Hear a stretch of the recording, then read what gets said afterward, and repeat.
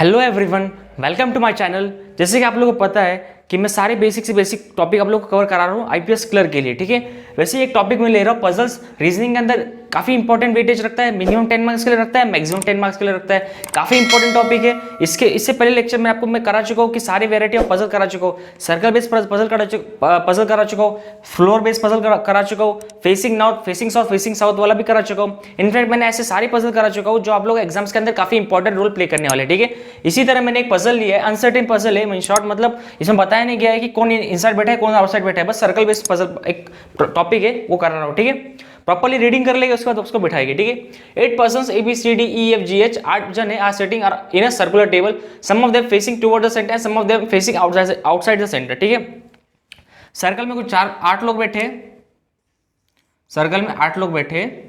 हमेशा 2 पॉसिबिलिटी लो। ठीक है, हमेशा 2 पॉसिबिलिटी में क्वेश्चन सॉल्व करते जाओ। ठीक है, तो देखो 8 जन है, some of them facing toward the centre and some of them facing outside the centre. कुछ लोग अंदर की तरफ देख रहे और कुछ लोग बाहर की तरफ देख रहे, पर हमें ये बताया नहीं कि कौन सा साइड वाले इनर देख रहे, कौन सा साइड वाले आउटसाइड देख रहे। बस हमें इतना बोला कि कुछ लोग अंदर देख रहे, कुछ लोग बाहर देख रहे। इस लाइन का मतलब ये होता है। अभी देखो, G sit second to the right of D, G sit second to the right of D. D अगर मैं इनसाइड बिठाऊंगा, डी अगर मैं इनसाइड बिठाऊंगा तो G sit second to the right, उसका सेकंड राइट क्या हो जाएगा, उसका ये सेकंड राइट हो जाएगा। अगर डी में आउटसाइड बिठाऊंगा तो उसका सेकंड राइट क्या हो जाएगा, ये उसका सेकंड राइट हो जाएगा। इतना समझा। उसके बाद क्या बोला है, 3 persons sit between G and A, G और ए के बीच में 3 लोग बैठे, 1 2 एंड 3, तो ए इधर आ जाएगा, 1 2 एंड 3, ए इधर आ जाएगा। ठीक है, 2 पॉसिबिलिटी ले रहा हूं मैं। उसके बाद क्या बोला, immediate neighbour of E are face opposite direction. E के जो इमीडिएट नेबर है, कोई फेस नॉर्थ कर रहा है तो कोई फेस साउथ कर रहा है, मतलब कोई इनर देख रहा है कोई आउटर साइड देख रहा है। ठीक है, ई के जो इमीडिएट नेबर्स है वो। C sit second to the right of G, C sit second to the right of G, C sit second to the right of G मतलब अगर ये सेकंड, अगर सपोज ये आउटसाइड फेस करेगा तो उसका सेकंड राइट ये हो जाएगा, नहीं ये सेकंड लेफ्ट हो जाएगा, ये सेकंड राइट हो जाएगा। और हम लोग अगर सपोज ये इनसाइड फेस करता, ये अगर इनसाइड फेस करता तो इसका सेकंड, देखो क्या बोला है, C sit second to the right of H जी।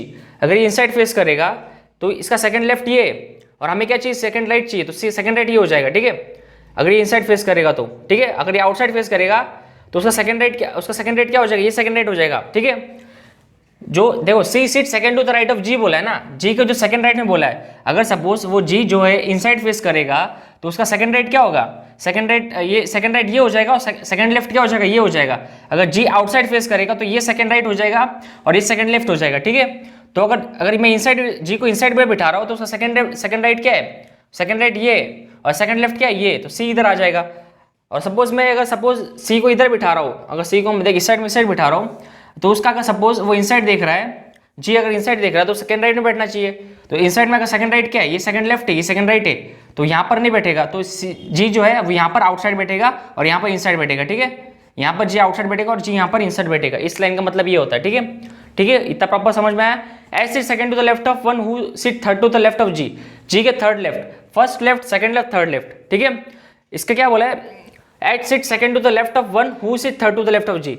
देखो थर्ड लेफ्ट में जी, यहाँ थर्ड लेफ्ट में जो भी बैठा है उसका सेकंड लेफ्ट में क्या कौन बैठा है, H sit second to the left. ठीक है, एच सिट एच जो है सेकंड लेफ्ट में बैठा है। अगर एच को मैं यहाँ बिठा दूँ तो अगर ये सपोज मैं इसको आउटसाइड कर दूँ, यहाँ पर मैं इसको आउटसाइड कर दूँ तो उसका ये हो जाएगा सेकंड लेफ्ट और ये हो जाएगा सेकंड राइट। ठीक है, इतना समझा इस लाइन का मतलब क्या होता है। देखो H sit second to the left of one, H sit second to the left of one who is sit third to the left of G, तो first second and third, G का third left में है वो भी। ठीक है, F sit second to the left of H, F sit second to the left of H. अगर suppose ये इनसाइड बैट फेस कर रहा है तो उसका एफ किधर आ जाएगा, इधर आ जाएगा ना, F sit second to the left of H.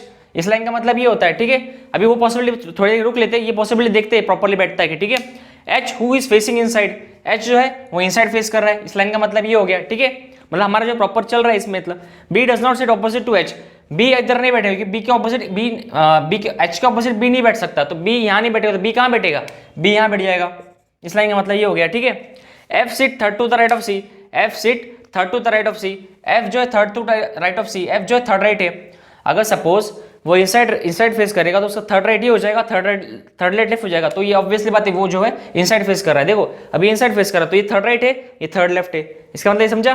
ठीक है, तो अब इसके बाद क्या बचा है, C does not sit immediate left of E, E does not sit immediate left of E, E जो है इमीडिएट लेफ्ट नहीं है तो इमीडिएट राइट हो सकती है ना, तो ये अब साइन हो गया ऑपोजिट। ठीक है, E is immediate left, E is E is not immediate left बोला है ना, E is not immediate left, ये साइड फेस करे तो ये इमीडिएट लेफ्ट ये होता है, ये इमीडिएट राइट होता है, तो ऑब्वियसली बात ई कहाँ फेस करेगा, आउटसाइड फेस करेगा, तभी जाके वो उसका इमीडिएट राइट होगा, ठीक है।